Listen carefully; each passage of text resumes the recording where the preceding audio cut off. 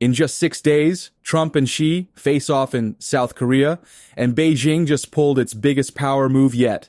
China controls the minerals in your phone, your car, and every single F-35 fighter jet America builds. They just weaponize them.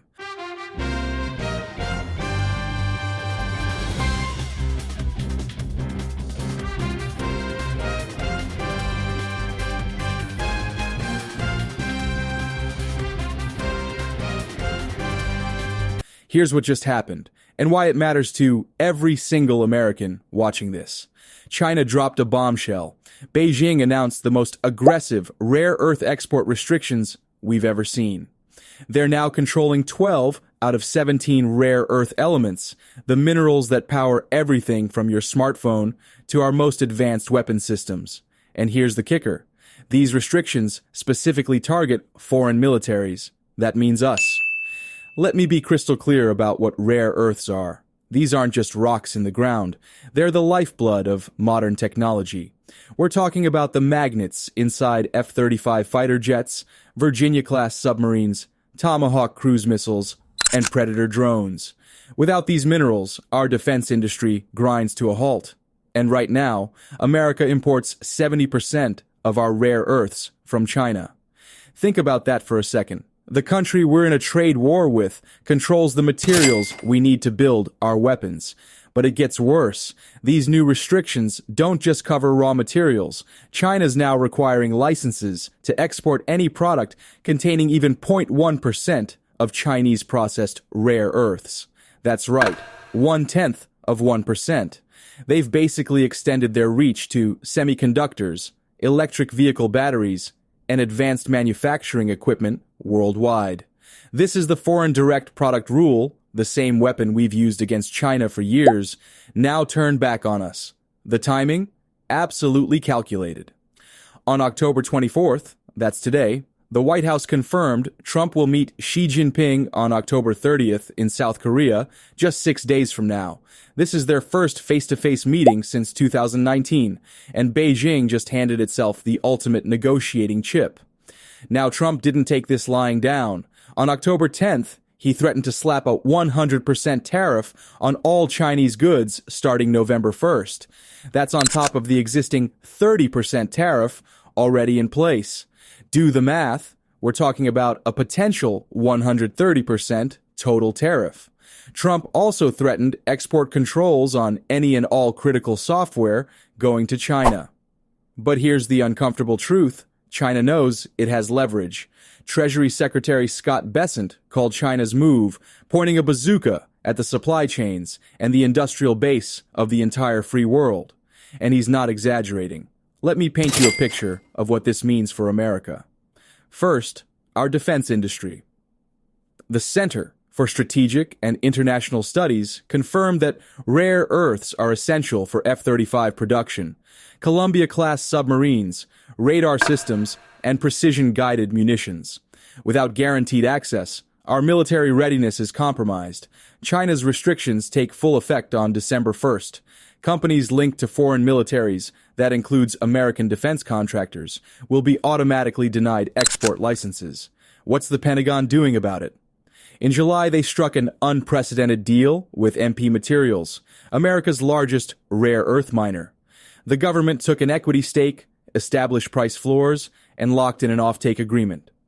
It's a start, but here's the reality. Even when MP Materials facilities are fully operational, they'll produce about 1,000 tons of rare earth magnets by end of 2025. China produces 138,000 tons. We're not even at 1% of China's capacity. The Department of Defense set a goal to build a complete mine-to-magnet supply chain, independent of China, by 2027. We're nowhere close. Experts say we're looking at a decade-long effort, minimum. Second, this hits your everyday life. Rare earths aren't just in missiles. They're in your smartphone, your laptop, your electric car. Apple, Tesla, Ford, GM, all heavily exposed. If China restricts these exports, prices go up. American manufacturers pay more, and they pass those costs to you. We're talking inflation on consumer electronics, vehicles, renewable energy equipment. the whole 9 yards. Third, semiconductors. The new rules require licensing for any chip containing trace amounts of Chinese rare earths. That puts massive pressure on companies like Nvidia, Intel, and AMD. It could even impact Taiwan's TSMC, which supplies advanced chips to American tech giants. If Beijing decides to put TSMC on an entity list, our entire AI supply chain faces disruption. Fourth, the broader economy. U.S.-China trade has already collapsed 14.4% in the first 8 months of 2025 compared to last year. The U.S. has fallen to third place among China's trading partners, behind ASEAN and the EU. American soybean farmers are getting crushed. China hasn't bought a single bushel this year. Trump specifically called this out, saying Beijing's boycott is an economically hostile act. So what are Trump's demands heading into this meeting? Number 1, end the rare earth restrictions. Trump said on October 20th, I don't want them to play the rare earth game with us. He wants guaranteed access for American industry. Number 2, soybeans. Midwest farmers are hemorrhaging money. Trump wants China to start buying again. Big time. Number 3, fentanyl. Trump's demanding Beijing crack down on the chemical precursors flowing into Mexico and then across our southern border. Number 4, Taiwan. This is the elephant in the room. Trump mentioned Taiwan will be on the agenda. He's walking a tightrope, reassuring allies while trying to cut a deal with Xi. And Beijing's made it clear, Taiwan is non-negotiable. What's at stake in South Korea? Everything. This isn't just another trade negotiation. This is about whether America maintains its military edge, its technological leadership, and its economic security for the next generation. Let me give you 3 possible outcomes experts are talking about. Scenario 1, a deal. Trump and Xi agree to a framework. China eases rare earth restrictions in exchange for reduced tariffs. American farmers get soybean sales. Both sides declare victory. Markets rally. But here's the catch. Any deal that looks like America backed down undermines our credibility with allies. Japan, South Korea, Taiwan, they're all watching. If we compromise on national security to get a trade deal, why would they trust us to defend them? Scenario 2, no deal. The meeting happens. Both leaders are cordial, but they can't bridge the gap. Tariffs stay high. Rare earth restrictions remain, and we settle into a long-term, cold economic war. Companies adjust supply chains over years. Costs stay elevated. Economic growth slows in both countries. Scenario 3, disaster. Tempers flare, talks collapse, and both sides escalate. Trump imposes the full 130% tariff. China retaliates with more restrictions. Global markets tank. We're looking at a full decoupling scenario that reshapes the world economy. Which scenario happens? That depends on what happens in the next 6 days. Here's what to watch between now and October 30th. First, watch for pre-meeting signals. On October 23rd, China sent Vice Premier He Lifeng to Malaysia to meet with Treasury Secretary Bessent and U.S. Trade Representative Jameson Greer. What comes out of that meeting will tell us if both sides are serious about compromise. Second, watch rare earth stocks. U.S. mining companies like MP Materials have surged on speculation of more government support.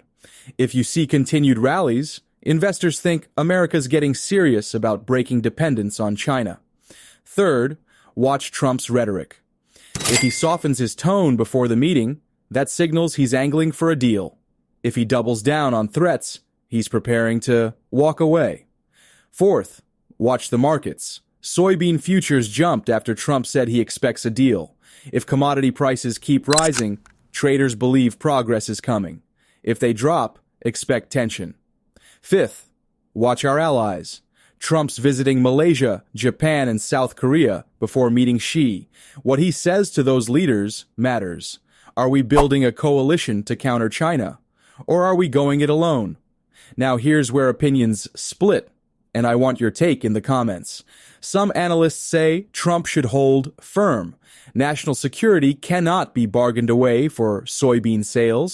If China wants to weaponize rare earths, we should accelerate domestic production, strengthen alliances with Australia and Canada for alternative supplies, and impose maximum pressure until Beijing backs down. America didn't become a superpower by compromising when threatened, but others argue we need a pragmatic deal. A prolonged trade war hurts American consumers, farmers, and manufacturers.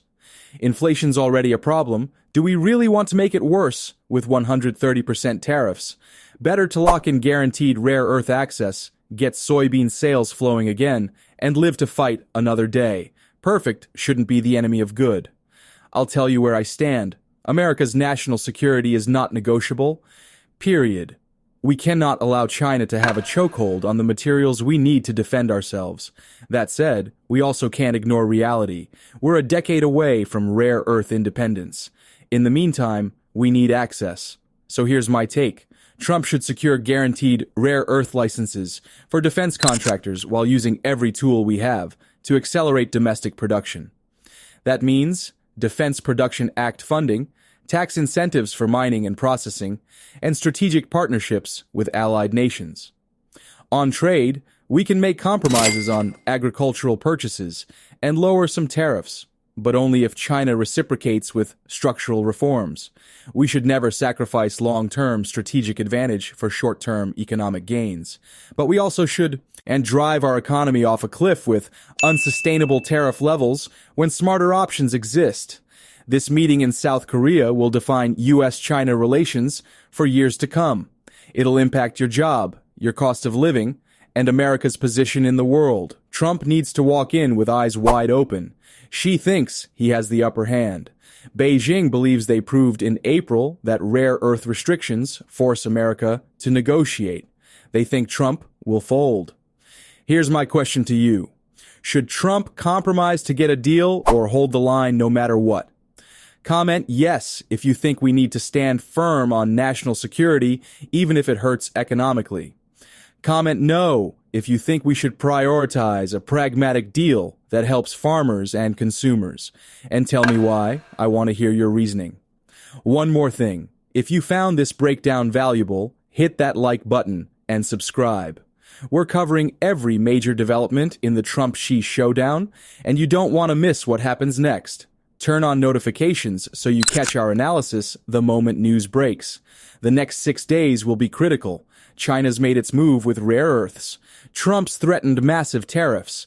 And in South Korea, these two leaders will determine whether we're heading toward stability or a full-blown economic war. Remember, this isn't just about trade numbers on a spreadsheet. This is about whether America maintains the military and technological edge that's kept us safe and prosperous for 80 years.